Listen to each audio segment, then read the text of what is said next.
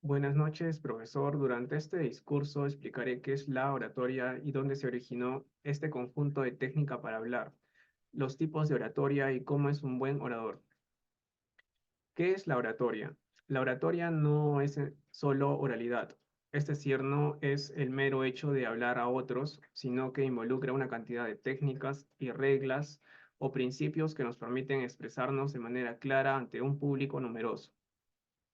Finalidad de la oratoria.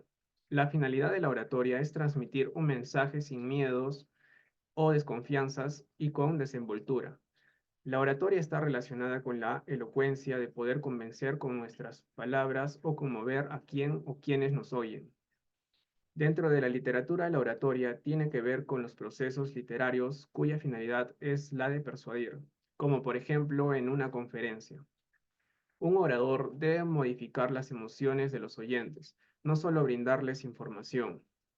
Ahora bien, la oratoria es algo natural en el ser humano como capacidad de persuadir o convencer a otro acerca de mi punto de vista u opinión.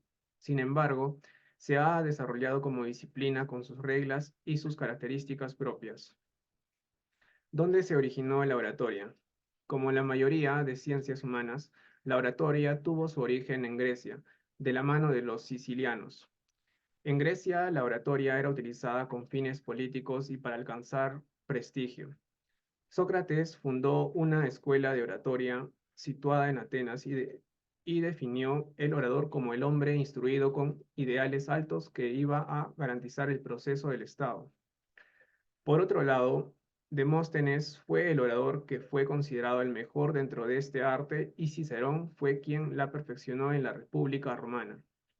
Él escribió varios discursos y tratados que han llegado a nosotros casi en su totalidad. Tipos de oratoria. En la actualidad existe una clasificación de los tipos de oratoria, según la finalidad del orador. A continuación se expresan algunos tipos de oratoria. Oratoria social, también llamada ceremonial, augural o sentimental. Son las que se desarrollan en un determinado ámbito donde el ser humano participa de una ceremonia. Oratoria pedagógica. Busca transmitir la cultura mediante la palabra hablada, es decir, transmite conocimientos. Es una oratoria didáctica o académica que busca enseñar. Oratoria forense. Se usa dentro de la ciencia jurídica y busca exponer con claridad los informes de jueces, abogados y fiscales. Oratoria persuasiva. La oratoria persuasiva es cuando los políticos exponen y debaten ideas políticas, es decir, es utilizada principalmente en época de sufragio. Oratoria sacra o religiosa. Este tipo de oratoria se realizan sermones a partir de la palabra de Dios utilizando como base la Biblia u otros libros religiosos. La oratoria dentro de una empresa es utilizada por hombres de negocio y empresarios a fin de transmitir objetivos corporativos. Un buen orador. La oratoria no simplemente es hablar en público. Un buen orador debe reunir ciertas características que lo hacen distintos al resto de los hablantes comunes. Principales características de un buen orador. La oratoria siempre se realiza con un orador individual frente a un público. El orador debe hablar con claridad, pero además con entusiasmo, eficacia y persuasión. El lenguaje es una herramienta principal. Un orador debe saber hacerse escuchar. Debe lograr que el público muestre interés y sea reflexivo. Un orador debe tener claro el fin de su discurso. Puede ser un discurso persuasivo a fin de convencer al público de una opinión.